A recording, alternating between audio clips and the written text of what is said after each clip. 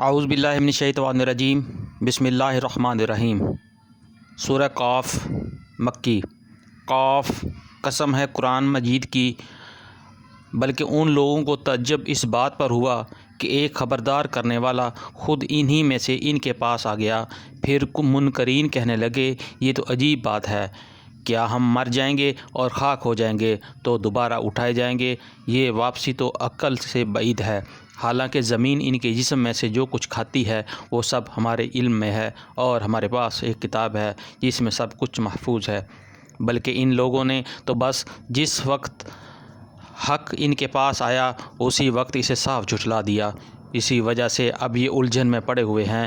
اچھا، تو کیا انہوں نے کبھی اپنے اوپر آسمان کی طرف نہیں دیکھا، کس طرح ہم نے اسے بنایا اور آراستہ کیا، اور اس میں کہیں کوئی رکھنا نہیں ہے، اور زمین کو ہم نے بچھایا اور اس میں پہاڑ جمائے، اور اس کے اندر ہر طرح کی خوش مناظر نباتات اگا دیے۔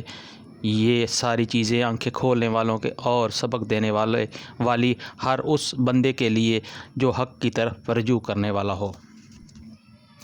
اور آسمان سے ہم نے برکت والا پانی نازل کیا، پھر اسے باغ اور فصل کے غلے اور بلند و بالا کھجور کے درخت پیدا کر دیے، جن پر پھلوں سے لدے ہوئے خوشے تہ برتہ لگتے ہیں۔ یہ نظام ہے بندوں کو رزق دینے کا۔ اس پانی سے ہم ایک مردہ زمین کو زندگی بخش دیتے ہیں۔ مرے ہوئے انسانوں کا زمین سے نکلنا بھی اسی طرح ہوگا۔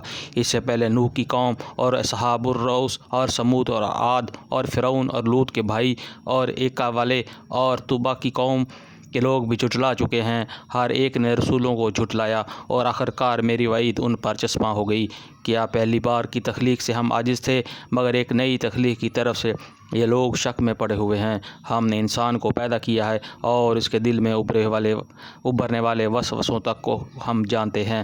ہم اس کی رگ گردن سے بھی زیادہ اس سے قریب ہیں، اور ہمارے اس براہ راست علم کے علاوہ دو کاتب اس کے دائیں اور بائیں بیٹھے ہر چیز ضبط کر رہے ہیں۔ کوئی لفظ ان کی زبان سے نہیں نکلتا جسے محفوظ کرنے کے لیے ایک خاص باش نگراں موجود نہ ہو۔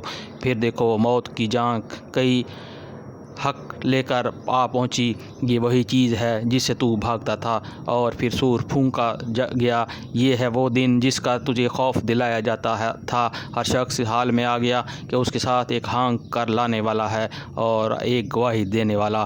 اس چیز کی طرف سے تو غفلت میں تھا، ہم نے وہ پردہ ہٹا دیا جو تیرے آگے پڑا ہوا تھا، اور آج تیری نگاہ خوب تیز ہے۔ اس کے ساتھی نے عرض کیا، یہ جو میری سپردگی میں تھا حاضر ہے۔ حکم دیا گیا، پھینک دو جہنم میں ہر کٹے کافر کو جو حق سے عناد رکھتا تھا، خیر کو روکنے والا اور حد سے تجاوز کرنے والا تھا، شک میں پڑا ہوا تھا، اور اللہ کے ساتھ کسی دوسرے کو خدا بنائے بیٹھا تھا۔ ڈال دو اسے سخت عذاب میں۔ اس کے ساتھی نے عرض کیا، خداوند، میں نے اس کو سرکش نہیں بنایا، بلکہ یہ خود ہی پرلے درجے کی گمراہی میں پڑا ہوا تھا۔ جواب میں ارشاد ہوا، میرے حضور، جھگڑا نہ کرو، میں تم کو پہلے ہی انجام بد سے خبردار کر چکا تھا۔ میرے ہاں بات پلٹنی نہیں جاتی، اور میں اپنے بندوں پر ظلم توڑنے والا نہیں ہوں۔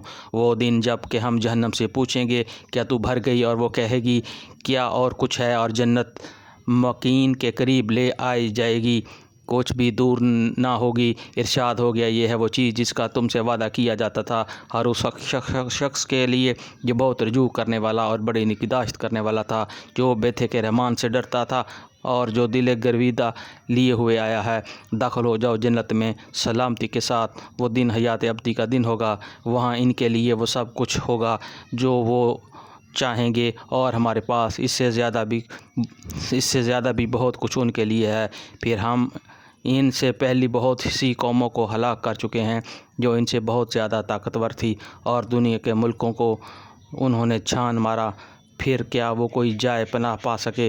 اس تاریخ میں عبرت کا سبق ہے ہر اس شخص کے لیے جو دل رکھتا ہے یا توجہ سے بات کو سنے۔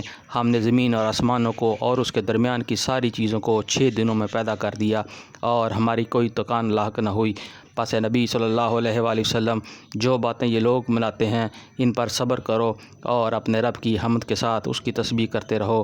طلوع آفتاب اور غروب آفتاب سے پہلے اور رات کے وقت پھر اس کی تسبیح کرو، اور سجدہ ریزوں سے فارغ ہونے کے بعد بھی، اور سنو، جس دن منادی کرنے والا ہر شخص کے قریب ہی سے پکارے گا، جس دن سب لوگ آوازہ حشر کو ٹھیک ٹھیک سن رہے ہوں گے، وہ زمین سے مردوں کو نکلنے کا دن ہوگا۔